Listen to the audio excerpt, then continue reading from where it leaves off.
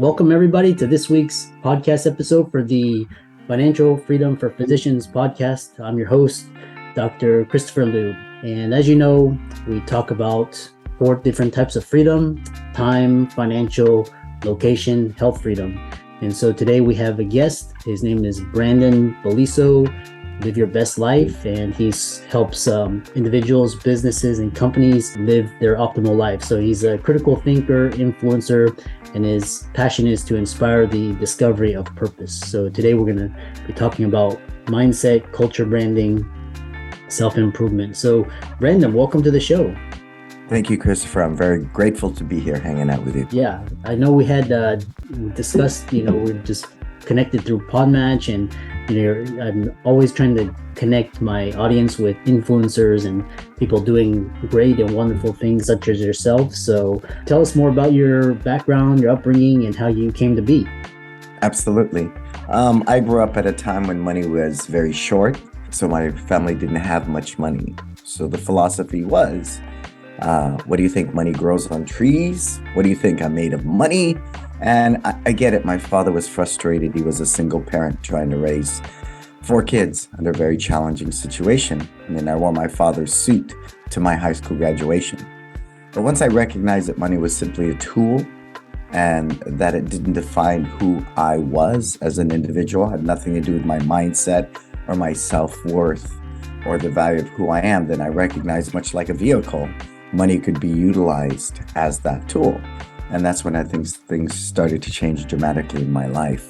But I also recognize with financial wealth, it doesn't equal physical wealth, emotional wealth, mental wealth, spiritual wealth. So those are other things to create a balanced human being that helps us take the right action, make good choices, and be happy, good times or bad. Yeah, that's interesting. I like that idea of this idea that money is a tool, and it doesn't define your worth, because in the West we're conditioned to strive and succeed, and our income and our net worth, that's what we're, and our status in society, that's how we're judged and measured. So this is really interesting. And the question is, one thing I've noticed is in society we're in this fixed mindset. We're so like almost like there's one path and everybody else kind of gets pushed to the side. How do you move from a fixed to a growth mindset? Well, I'm an entrepreneur. I've owned businesses my whole life, pretty much since my early 20s, and I recognize change is the key to success. I mean, as we negotiated this pandemic, and there's still residual effects of that, change was all that helped small businesses survive. If you didn't pivot, if you were a restaurant and you didn't pivot into DoorDash and Uber Eats and become a digital restaurant, I remember going into a parking lot, buying food from somebody that was posting pictures at Instagram. I mean, talk about that disruptive critical thinking that it takes. One of my businesses is 2 martial arts schools, and we had 1,000 students. As soon as the pandemic hit, we dropped down to 750. We were virtual within a week, running 750 students virtually.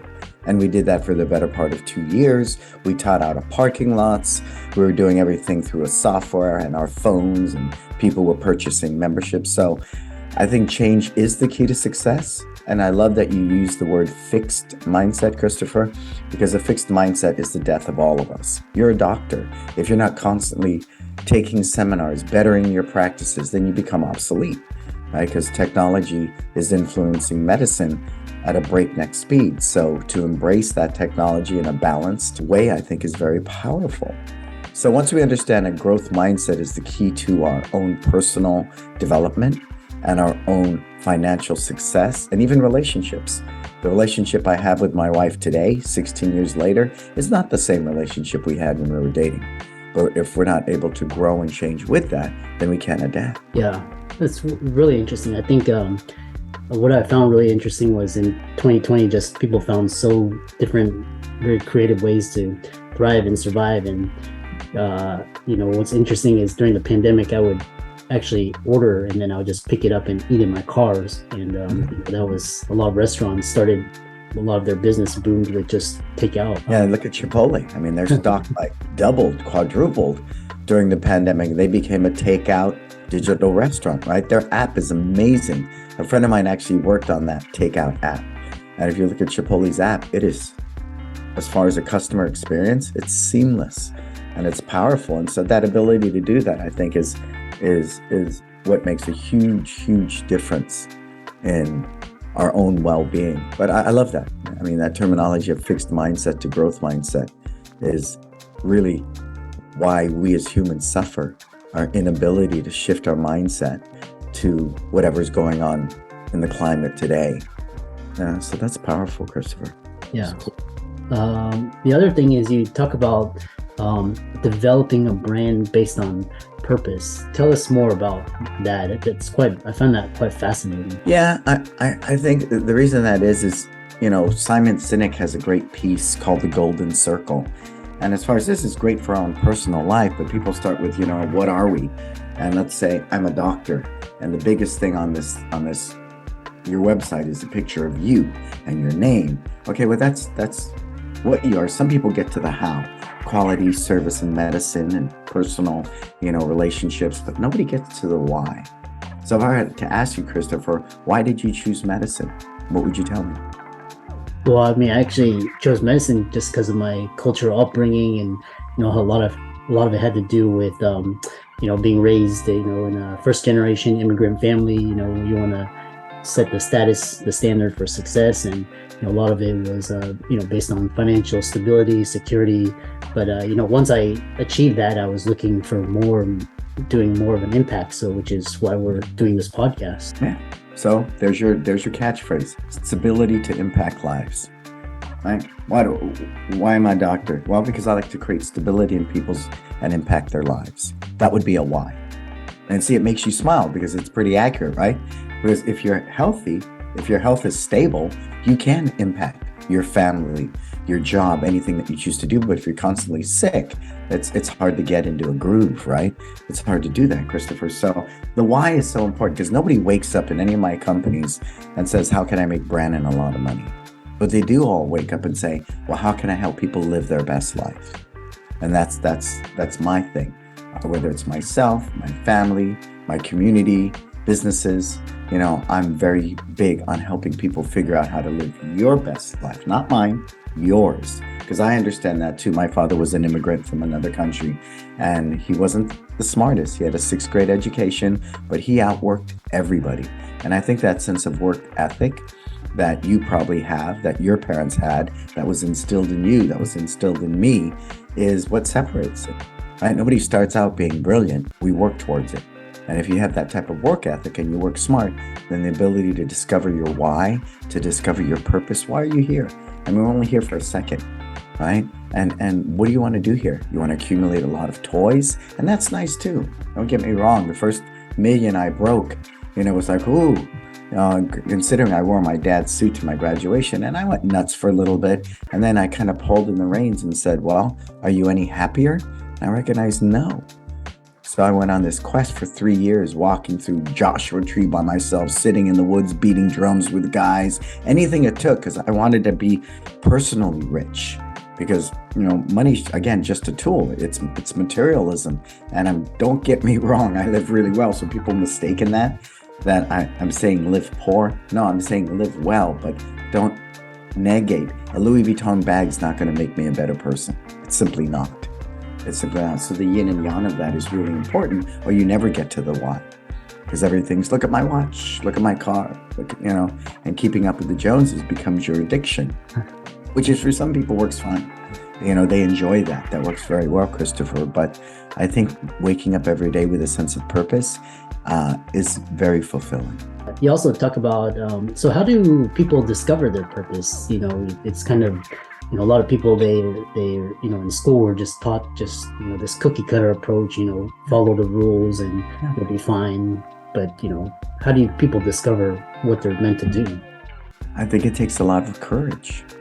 I know a lot of generational families where the dad is a dentist, the son is a dentist, his son is a dentist. They even have a family practice. My dentist in his office, the father, the son, and the son are all dentists. And that's cool because what they're really saying is it's not about being a dentist. It's about family. And their why became very clear at some point. It's not what I do, it's why I do it. And if you becoming a doctor made your parents feel stable and they felt like, we came all this way here as an immigrant for a better life for our kids, wow. So they feel that sense of accomplishment. So I would imagine family is very important to you, right? Oh yeah, definitely. Yeah. So there you go. But the yin to the yang of that, Christopher, is do you have the courage to step out of that? Right? Unless it is your core value. Family is my number one core value. I want to keep my parents happy. That's who I am. I've defined that. That's who Christopher is. But for me, it was really that path of personal development and putting myself in situations that were extremely uncomfortable. I'm comfortable being uncomfortable. I'm happy sitting on a train in Germany, going from city to city, teaching and speaking all by myself. I'm very happy with that because I'm anonymous and I'm out of my element. So I think it's inside every one of us, but we have to be brave enough to say, this is mine. And if nobody else is cool with it, well, I don't know what to say about that, because we do. My father was my martial arts instructor. I was the prodigal son. I stood in line. How many push-ups? Yes, sir. My whole purpose in life was to make my father happy.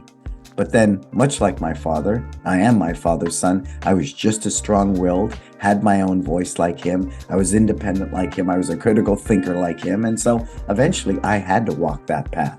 And was it rocky? Yeah. Did I have the support of my family? No, absolutely not. You do as I say, right? Is the way my father lived. But through that suffering, I found myself. And it's a much more fulfilling life than simply being a soldier in my father's army. Yeah, it's quite interesting.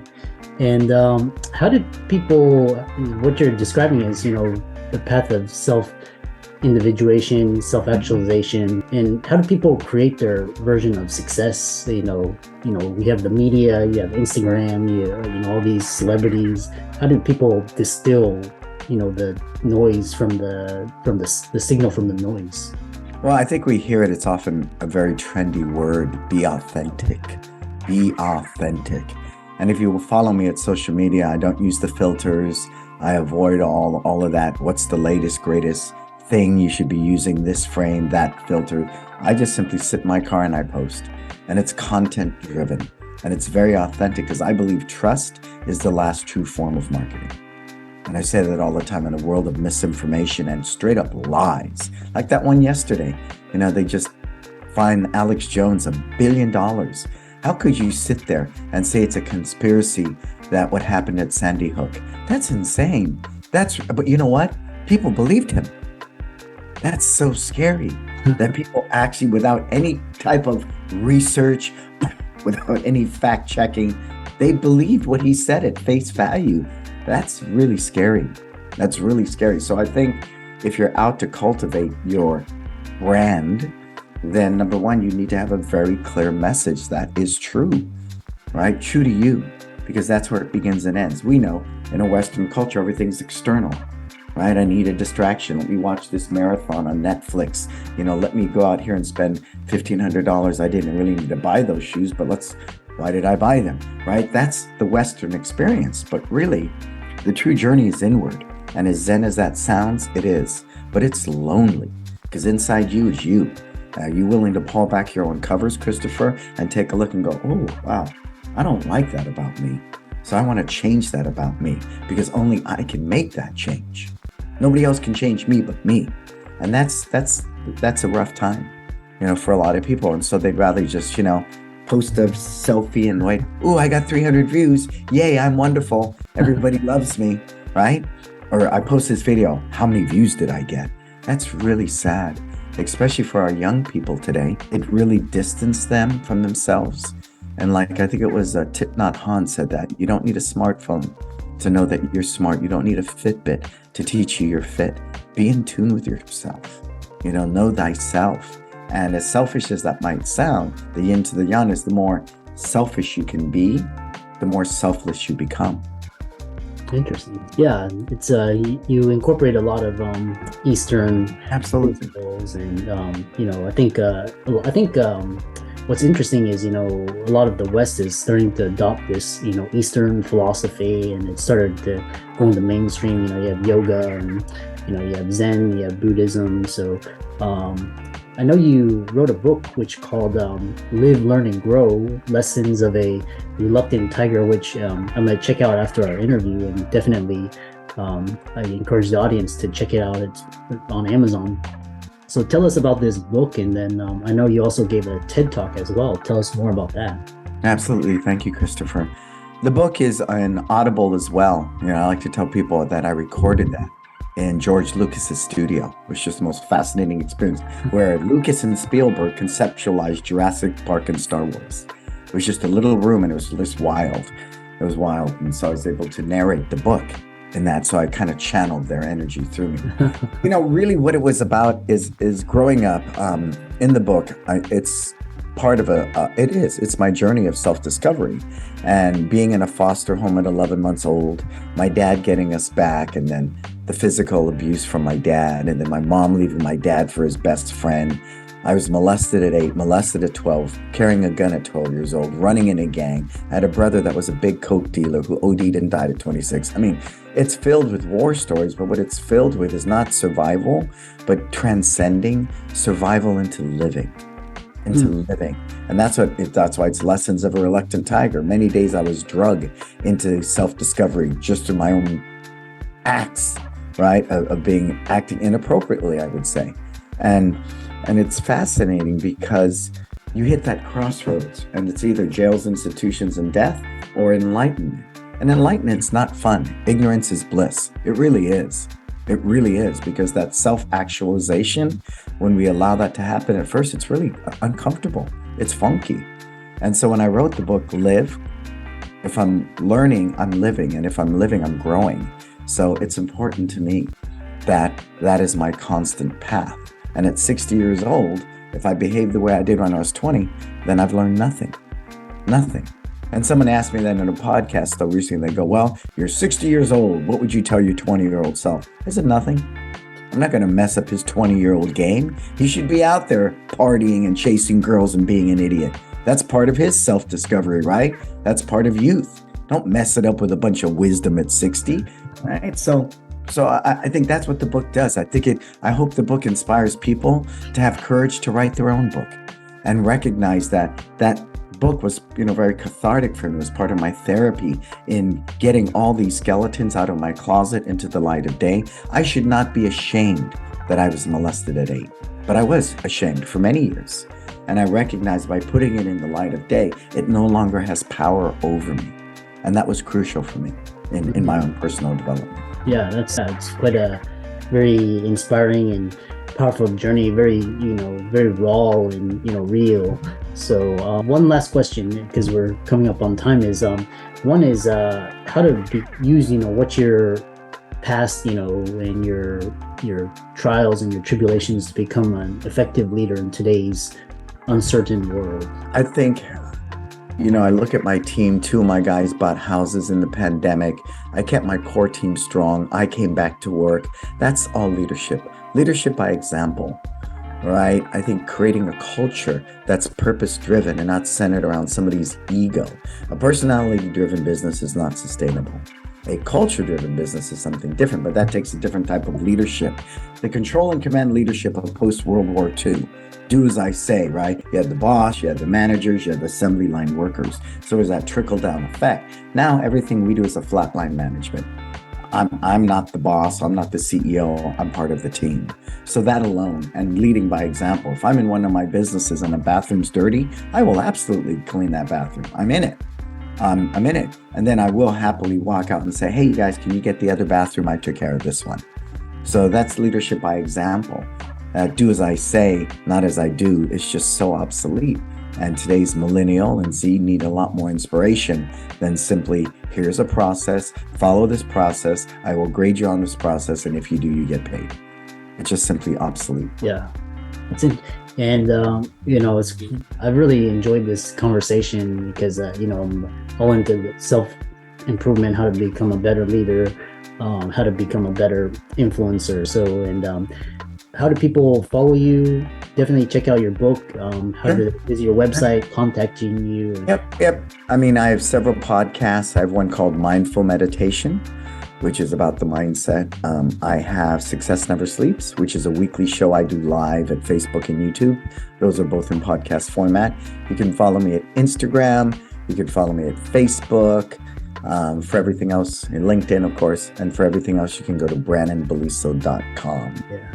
And you also have a YouTube channel, so definitely check that out. And it looks like everybody's having a YouTube channel, so that's really great to see. Yeah, but I think the part of that is don't allow social media to dominate your space. Use it for what it is.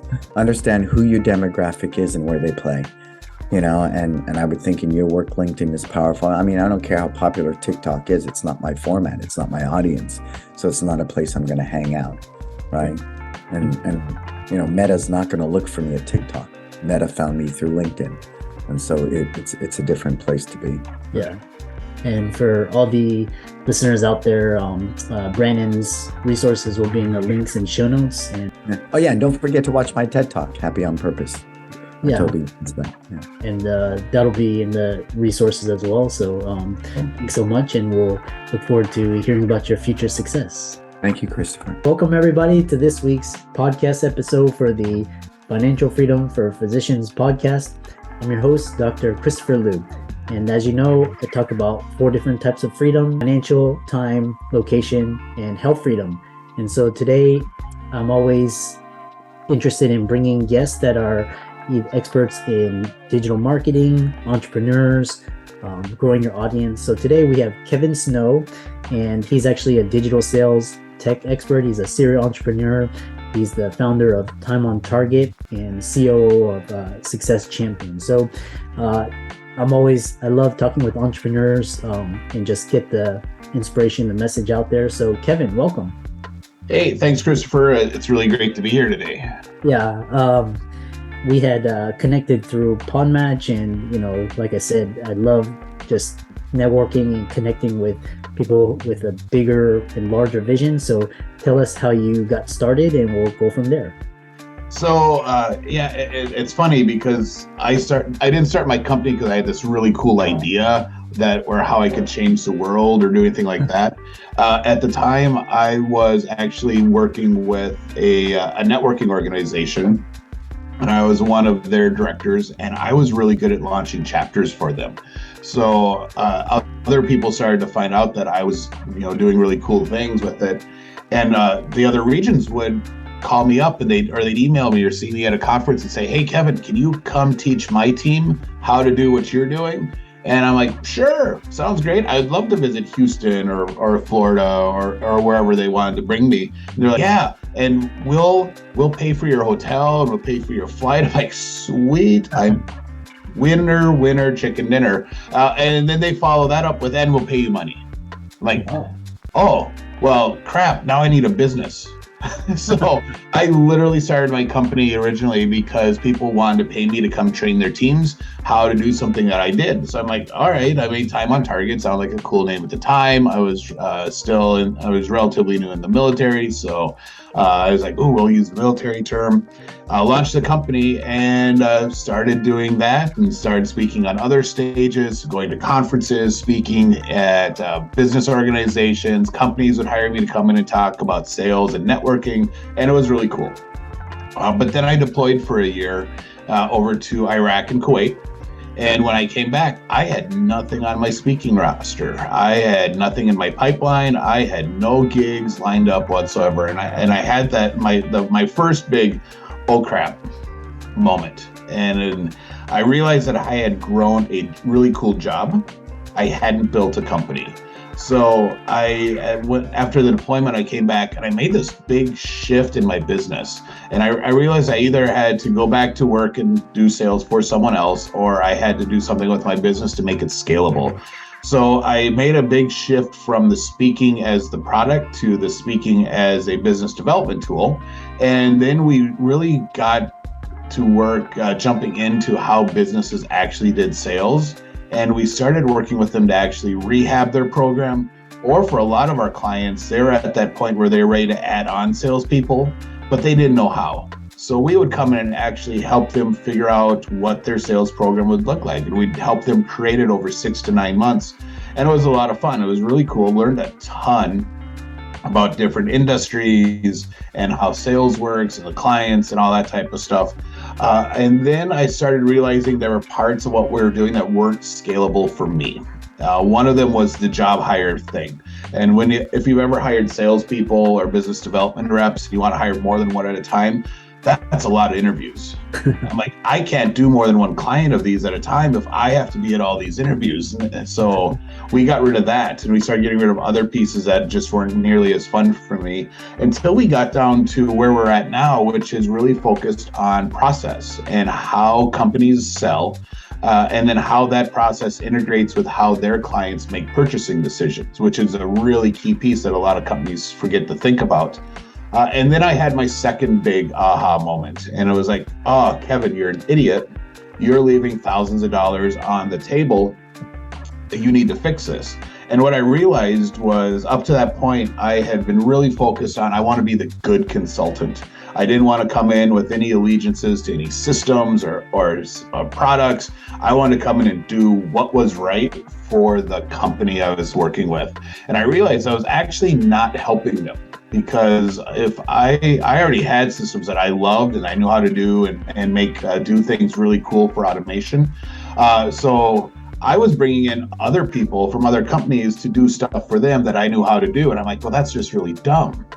They trust me. If I tell them that they need to use this system, they're going to use this system, and then we can manage it and control it and help them integrate it faster and smoother than having this third party who doesn't really understand what we've been doing with the client already. So we got rid of all that partnership stuff and started bringing on CRMs and email automation tools that we could then work with our clients directly.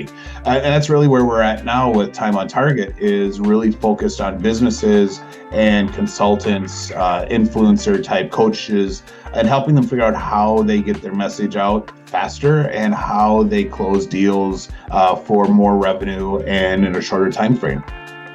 Wow, that's a really interesting intro. It kind of reminds me of one book where is I think it was E-Myth Revisited or one of those, but it's talking about working on your business, working Yep. on the business instead of working in your business.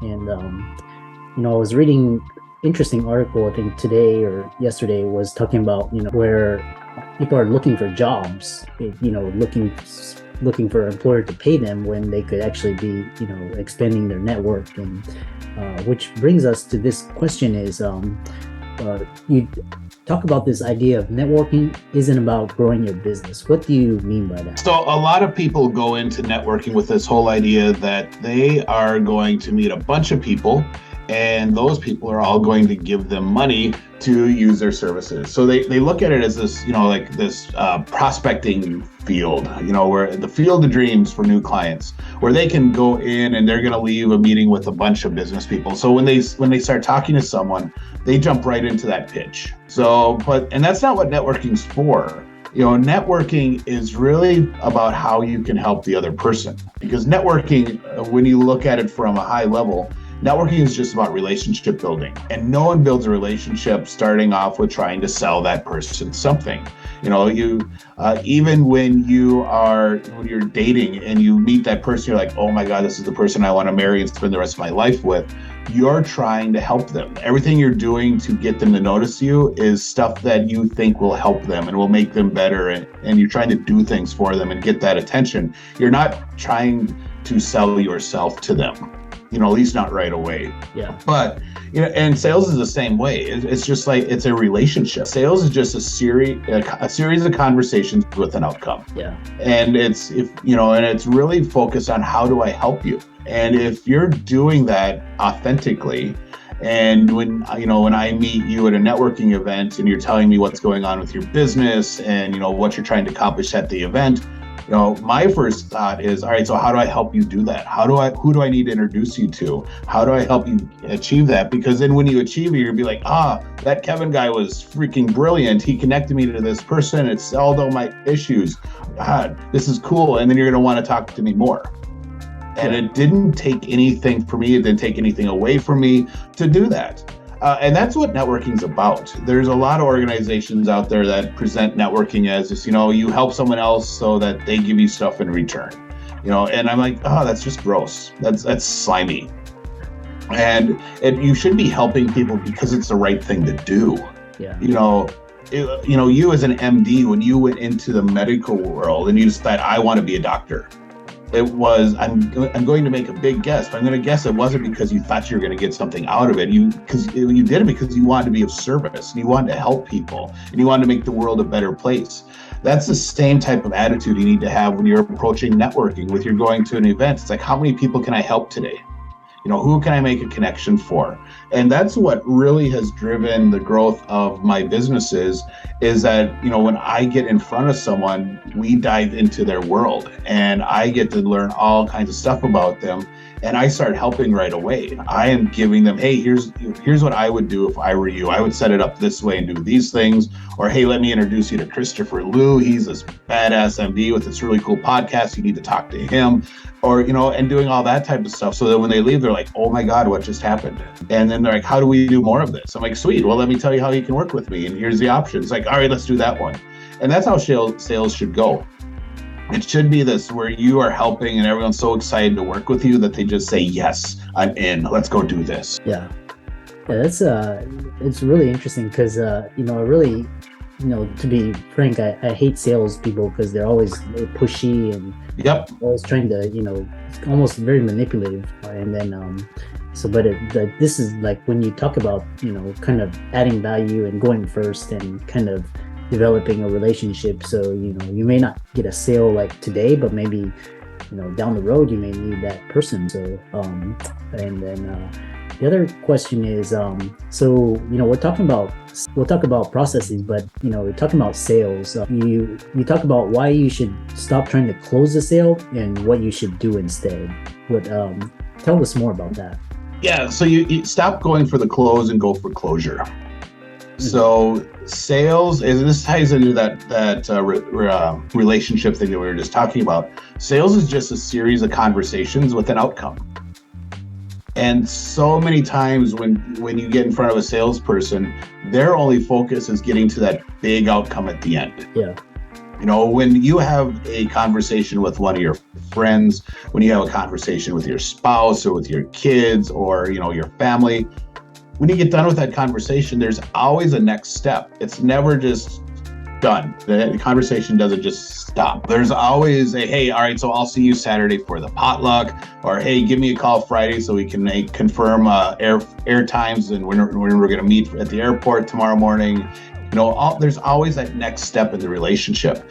And that's what sales is. When I get done with a first call with a client, if they don't buy right then and there's always a next step for us. What happens next? What are they going to do? What am I going to do? And there's that agreement that if something doesn't happen on time, what happens? And they, you and I are in a sales conversation. You say you're going to get me something by Friday. My next question is going to be, awesome. What happens if you don't?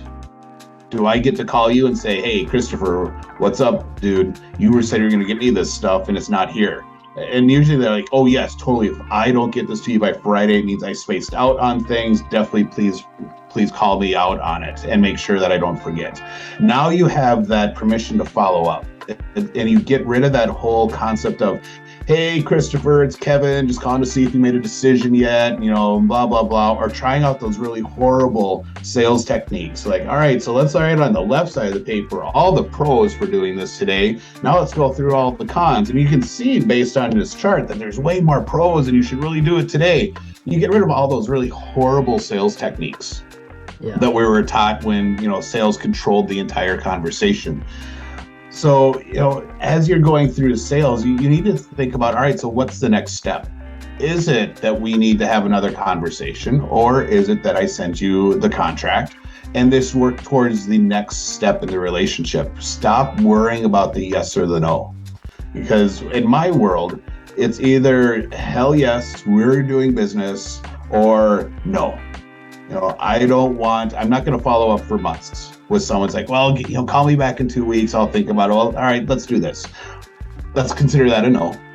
And if you make a decision at some point that you're ready to go ahead with things, give me a call, because I'm not going to do that. Because then that's when you get into that slimy salesperson activity that no one likes. And now it becomes just, how do I manipulate them into saying yes and re-engaging with me? they need to be excited to keep talking to you. If they aren't, you did your job wrong. Which is interesting, because now we're in a we're technically a recession. They're not saying it, but we are. And then what's interesting is a lot of businesses, they're having decreased revenue. And you talk about if you're a business, you don't have a sales problem, you have a business development problem, and no processes. Describe that. So I do not subscribe to the recession thing. All right. Every recession that's been on the books, every single one, hundreds of new millionaires are made. People make money during recessions. People are still spending money. You just have to be smarter about how you're interacting with people. So, it's really important for you to, understand how you're doing your business development so that you're able to you're getting in front of the right people. And we always talk about that there's 3 things you need to be doing for business development at all times. You need to be doing the cold reach outs, connecting with people on LinkedIn, making cold calls, knocking on doors, whatever it is that's appropriate for your industry. And then you have to be doing the hand raisers, which is your social media, where you are focusing on getting people to engage with you and say, yes, I want to talk to you, and do that stuff. And then you need to be teaching, and you need to be on stages, and you need to be presenting and getting yourself out there as the expert. So people are like, oh, that Christopher Liu, he's the one we need to go talk to. And then they start asking you for advice, and you get to start engaging with them. So you have to have this really well-rounded business development activity. Most people will do just one thing, and they'll say, yep, I get all my business from networking. Well, awesome. How did that work for you in March of 2020 when all the networking stuff stopped? All the in-person networking was just gone. And a lot of people were just, like, what do I do? That's how we launched Success Champion Networking, because we needed a good virtual way for businesses to network. Transitioning the in-person models onto Zoom didn't work. Now you're just sitting on a Zoom meeting for 90 minutes, listening to other people talk and not actually networking. So, that's what SCN came from, was the way, all right, so how do you actually network on Zoom effectively? So you're getting value out of spending time in this virtual environment. So you have to be doing all 3 things and doing it consistently, so that you don't have an issue if one of them is having a down week. Cold calling. I hated knocking on doors. I would much rather sit on a phone and dial when I was a corporate rep. So that was part of my thing. But there would be slumps where I'd be like, oh, it's been 2 weeks. I haven't got a single freaking appointment from cold calling. Thank God I had networking and I had other things going on where I was still filling my pipeline. Because if I didn't, I'd be like closing stuff and not replacing it in the funnel, which is bad. So you got to have that well-rounded, well-designed business development plan. Yeah, interesting. Yeah, and you need I really resonate with a lot of what you're talking about, keeping the pipeline and funnels, and consistently adding value, and, diversifying distribution channels. I read through your background, and what's interesting is that, you seem to be very extroverted. What I gather is you're probably, combination of like introvert, extrovert, but you had, tell us how introverts can actually survive in today's extroverted world. So I am very much an introvert. So when I do the DISC assessments, I will always end up, I can't be any further in that bottom left corner of at C than possible. So I'm very much that high C personality. So very introverted, love details, love, wanting to know how things work, why things work. I will read the entire email when people send me that stuff. So that's kind of me. The misnomer about introverts is that we're antisocial and we hate people. So there are some people who are just so introverted that they do have some social anxiety issues, and that is a true thing. So I don't want to diminish that out there. But for most of us, it's really about how we recharge, what takes our energy. My business partner, Donnie, is an extrovert. So if we're driving across country or doing a long drive, I am completely fine sitting there and not talking. It does not bother me. It's going to drive him completely nuts, because there needs to be some sort of engagement, something going on. So, I have to bring my personality up a little bit so that I can make sure I'm engaging and we're having conversations and I'm not just sitting there just, enjoying quiet time and recharging my batteries. That's the same with, we can do networking events, but afterwards we're usually like, all right, I need to recharge. I'm good. I can't do a networking event every day, all week for weeks on end, because I'm going to burn out. And I'm just eventually, at some point, I'm just going to be a vegetable and be like, oh, just leave me alone. Whereas your extroverts need to do all the stuff. They need to be the center of attention. They need to be in chaos. All that excitement gives them energy. So that's really what the introvert extrovert thing is. Now, as an introvert, we have some really good skills that we've learned as introverts. One of them is listening. Because normally, especially with like big family gatherings as a kid, you probably didn't want to join in because you didn't want to be that kid.